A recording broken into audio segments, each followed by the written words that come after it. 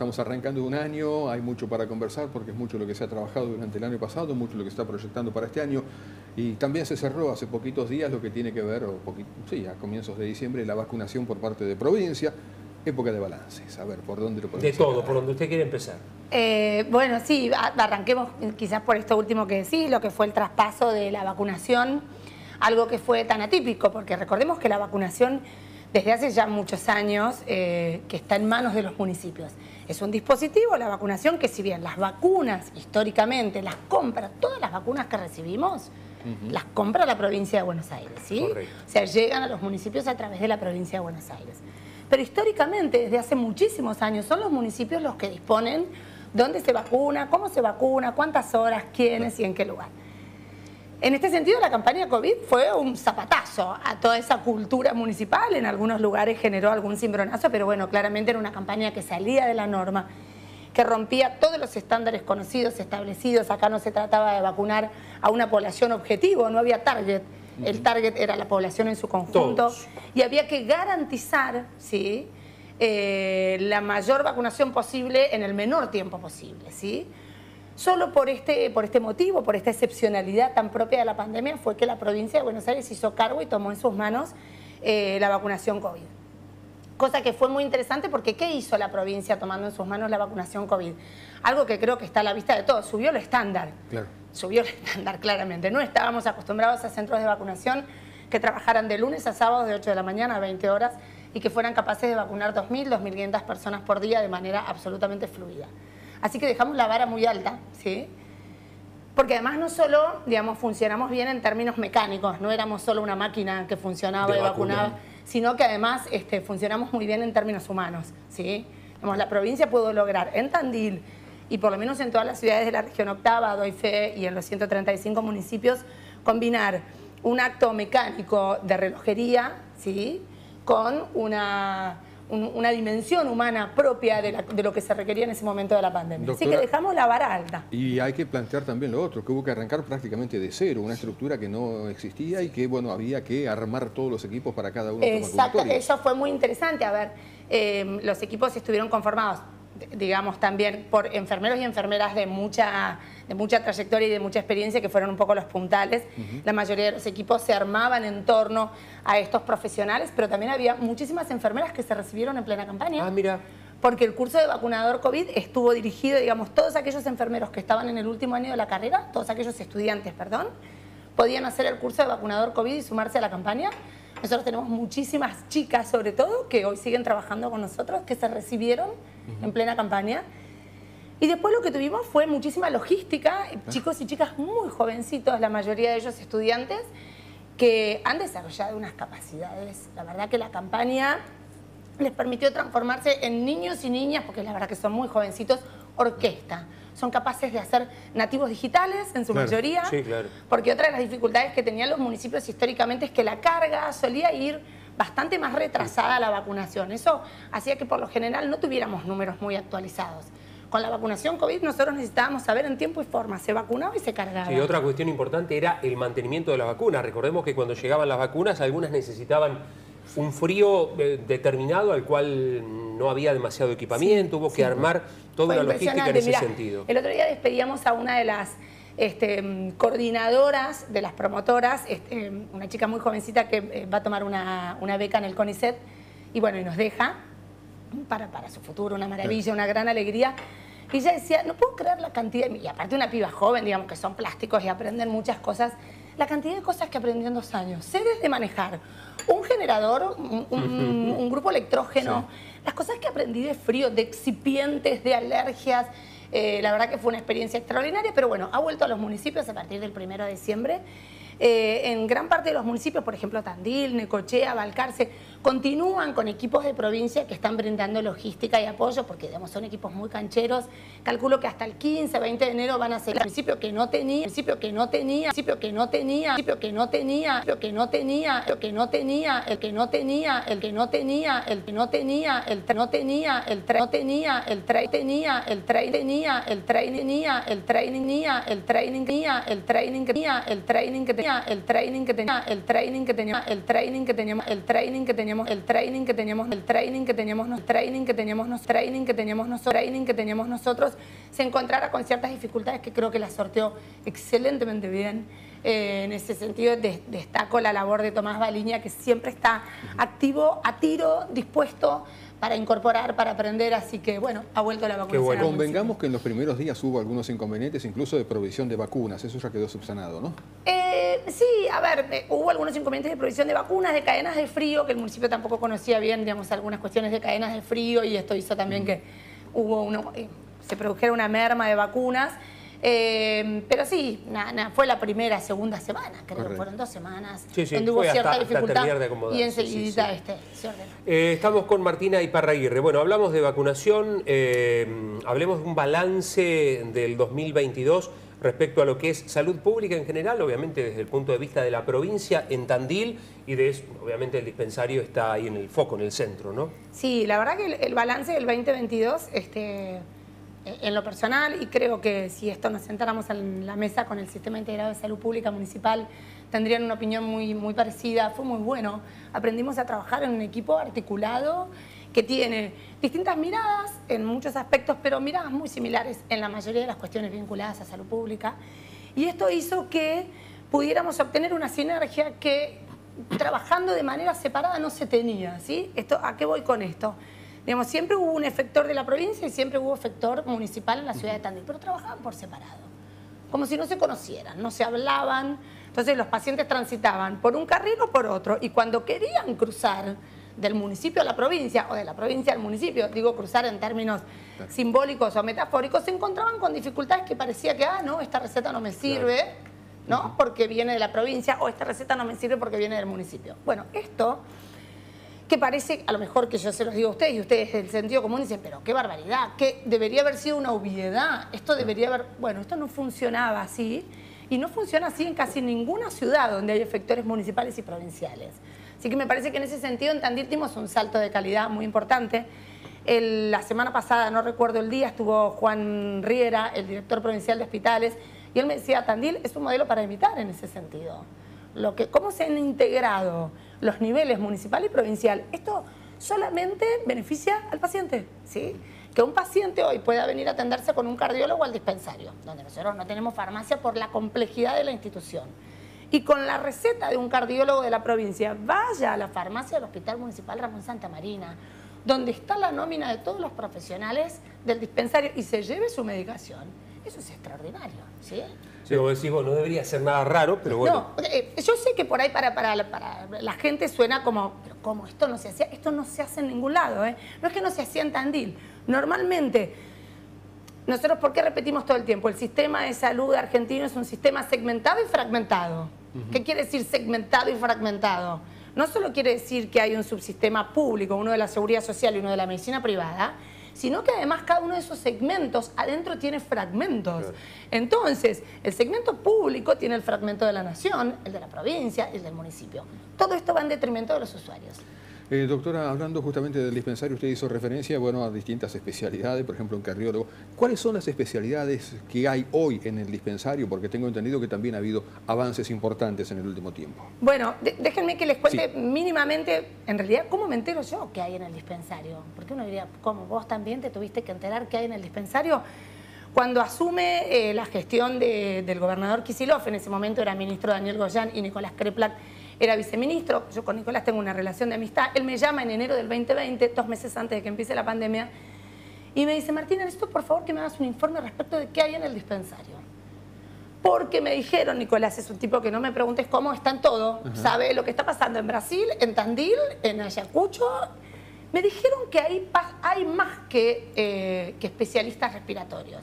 Yo lo fui a ver en ese momento a Luciano Peirano en enero y me encuentro con una cantidad de profesionales que me sorprende, extraordinaria por la diversidad, pero también me sorprende que, digamos, esto no se sabía, que no había una dinámica, que no estaban gestionados adecuadamente. En el medio viene la pandemia, durante 2 años quedamos stand-by, pero Nicolás, que no se olvida de nada, cuando termina la pandemia me dice, ahora sí, vamos a retomar aquel informe del dispensario. Esto coincidió con el aniversario, el 75 aniversario el año pasado, donde estuvo el ministro, ya era ministro en ese momento, Nicolás, y dijo, ahora sí vamos a hacer del dispensario el mayor efector con capacidad de abordar enfermedades crónicas no transmisibles ambulatorios de la ciudad de Tandil. Vamos a hacer sinergia con el Hospital Municipal Ramón Santamarina. Es muy ambicioso. Muy ambicioso. Y nos vamos a transformar en el mejor efector público ambulatorio que pueda abordar lo que son las crónicas no transmisibles. ¿Qué son las crónicas no transmisibles?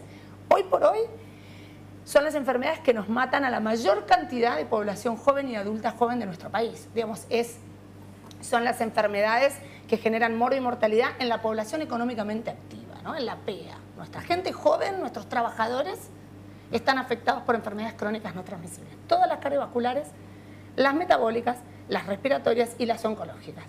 En ese sentido, el dispensario, ¿qué tiene hoy para dar respuesta? Impresionante. Arranquemos por lo más conocido, vías respiratorias. Contamos con 4 neumonólogos, somos el efector que realiza la mayor cantidad de espirometrías de la ciudad, 150 espirometrías por mes aproximadamente.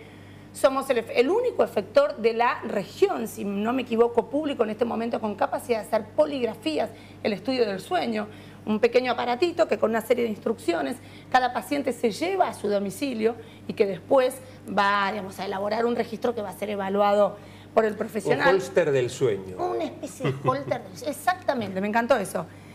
Espirometrías, poligrafías. El único efector que hace algo se llama test de marcha. Un test que tiene la capacidad de evaluar tu capacidad respiratoria, valga la redundancia, que lo hace el licenciado Fernando Pulido, que es muy conocido en la ciudad de Tandil, es extraordinario. Y somos además el único efector que tiene un gimnasio con prescripción médica. ¿Esto qué quiere decir? Que nuestros neumonólogos, además de poder hacer el diagnóstico, pueden prescribir no solo medicación, sino actividad física con Fernando Pulido, con Mariana, nuestra terapista ocupacional, y con 2 profesores de educación física. Lo mismo sucede con cardiología, tenemos 3 cardiólogos, el doctor Hugo Paggi, el doctor Ignacio Migueles, el doctor Martín Peña, uno de los mejores ecocardiografistas de la ciudad además. Y en cardiología hacemos todo lo que hace un centro de mediana complejidad. ¿Esto qué quiere decir? Electro, holter, mapa, ecocardiograma, Doppler de vasos periféricos, y vamos a incorporar, ahora estamos terminando de ver algunas cuestiones del software que son súper complejas, vamos a elaborar ecoestrés, que es el equivalente, para que la gente se haga una idea, de una cámara gamma. Esto quiere decir que el diagnóstico ambulatorio que es capaz de hacer hoy el dispensario, en términos de cardiología, es impecable. Diabetología, la licenciada Ana Orbe hace diabetes, con 2 nutricionistas que la acompañan, Fernanda Brazola y Sofía Weisman, ¿sí? Clínica médica de medicina general, cuenta con 3 médicas generalistas y 1 clínica médica. Otorrinolaringología, no me quiero olvidar de nadie. Y uno de los dispositivos más icónicos del dispensario, que son los grupos de gestión de enfermedad. El más conocido de todos es el grupo de cesación tabáquica. Correcto. Hace 16 años que el dispensario es, sin lugar a dudas, el lugar a donde vamos cuando queremos dejar de fumar. Martina, déjame recordarle a la audiencia que estamos con la doctora Martina Iparraguirre. Ella es la directora asociada de la región sanitaria octava. Estamos hablando de esta nueva etapa del histórico dispensario de Tandil. Exactamente. Me gustaría dejar pendiente para el próximo bloque, doctora Claudio, también el tema de, hacia quién está destinado todos estos servicios. Porque, creo que tanto Claudio como yo nos estamos sorprendiendo en muchos aspectos. Por lo tanto, sin querer menospreciar a nadie, creo que los oyentes o los televidentes también van a estar igual o más sorprendidos que nosotros. Y en una etapa que Tandil está viviendo de salud pública complicada, en el sentido no por los efectores, sino por lo que está pasando con IOMA fundamentalmente, hay mucha gente que probablemente diga, caramba, pero yo me puedo ir a atender ahí. Por ahora lo dejamos como signo de pregunta, la doctora nos lo va a contestar en el próximo bloque. Y ya que está, vamos a enganchar con el tema IOMA también para ver tu perspectiva, justamente pensando en salud pública. Buenísimo. La doctora, la hemos abrumado a preguntas. Creo que sí. Doctora Martina Iparraguirre, habían quedado varias preguntas dando vueltas del bloque anterior, varios temas como para ir desatándolos, por así decirlo. Arrancamos por el tema destinatarios de todos los servicios que nos venía comentando del dispensario. Del dispensario. ¿Quiénes pueden ir a esos médicos? Es una excelente pregunta porque tiene que ver con esto que decíamos de cómo está articulado nuestro sistema de salud, ¿sí? En un efector, hay efectores públicos, efectores de la seguridad social y efectores de la medicina privada, pero tenemos la particularidad de que el subsector público, si bien tiene como principal destinatario a los usuarios exclusivos del subsector público, es también un efector para la totalidad de la población, ¿sí? O sea, nuestros efectores públicos, nuestro Hospital Municipal Ramón Santamarina, el Hospital de Niños y el dispensario brindan sus servicios y sus prestaciones a todos los tandilenses y en el caso del dispensario a todos los habitantes de la región octava y podríamos decir a todos los bonaerenses, ¿sí? Los efectores de la provincia no tienen restricciones zonales. Así que esto quiere decir que aquellos que no tienen cobertura, que tienen cobertura pública exclusivamente, que tienen seguridad social o que tienen alguna empresa de medicina privada, pueden ser atendidos en el dispensario. ¿Tenemos ciertas prioridades? Sí, por supuesto que tenemos ciertas prioridades para nuestros afiliados de PAMI, para los usuarios del sector público exclusivo y hemos firmado algunos convenios que también mueven algunas prioridades, como es con la Liga Tandilense de Fútbol Femenino. Sí, nuestras niñas, las chicas divinas, siempre con esos lomazos, shortcito, chancleta y pelos mojados. Ella puede ser invierno y vos donde ves una piba divina de short, chancleta y pelos mojados es de la Liga. Claro.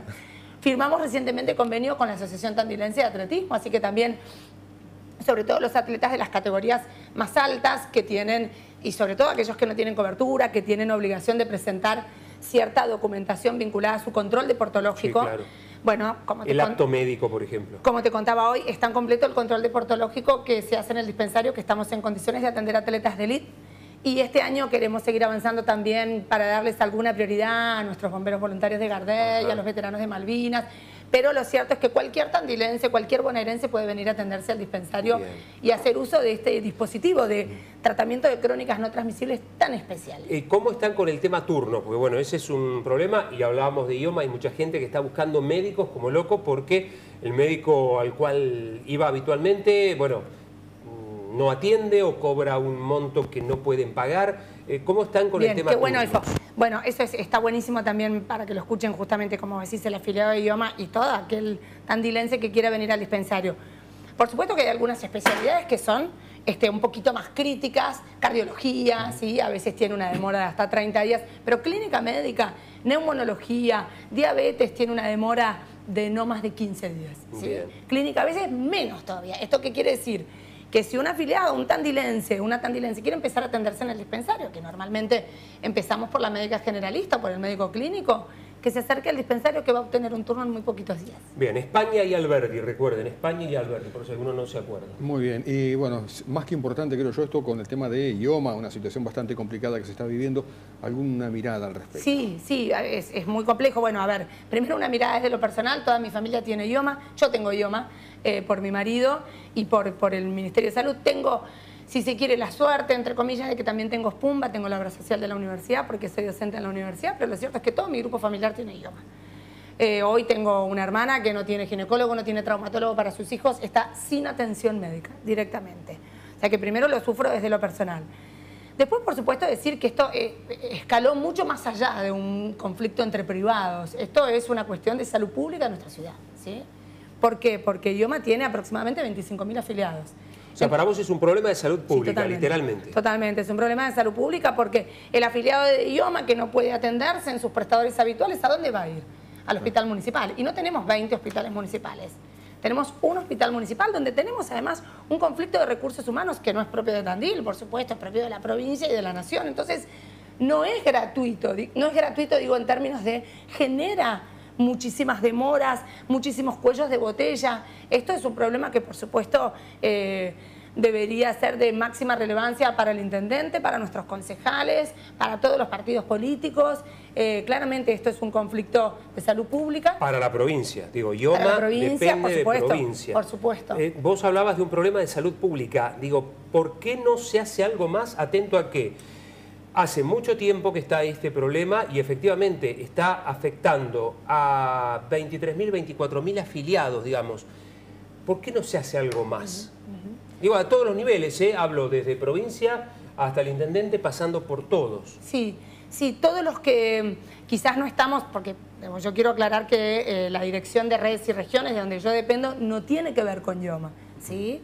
IOMA no forma parte del organigrama, por supuesto que es un organismo primo hermano con el cual trabajamos codo a codo, pero no está dentro de nuestra dirección, o sea, no es un conflicto donde nosotros podamos tomar parte activamente. Queda claro. Sí. Pero sí da la impresión de que todos los que estamos mirándolo de afuera, todos nos quedamos con gusto a poco respecto de lo que se está haciendo. Sí.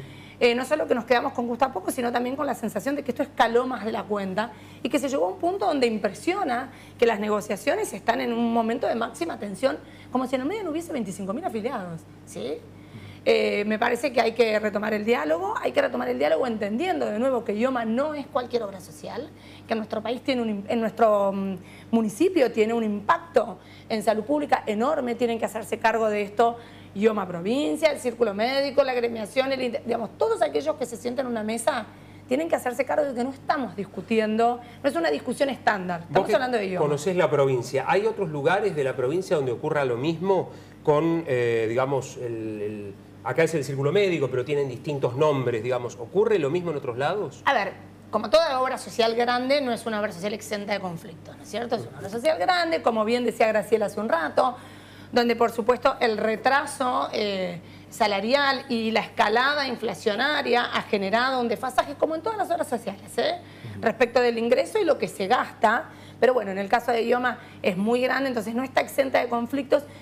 Creo, esto, digamos, puedo equivocarme, que en ninguna ciudad el conflicto ha escalado como ha sucedido en Tandil. Hay ciudades donde hay muchísimas dificultades, en La Plata hay muchas dificultades. Sé que en Bahía Blanca en su momento hubo muchas dificultades con los cobros por encima de la consulta. Pero tengo entendido que un conflicto con el nivel de Tandil no ha sucedido en otra ciudad, lo cual debería invitar a todos los actores, no solo a IOMA Provincia, sino también a los actores de la ciudad de Tandil, a reflexionar al respecto, ¿sí? Y de nuevo, volver a sentarse, borrón y cuenta nueva, aprovechar el cambio de año. No podemos naturalizar esto.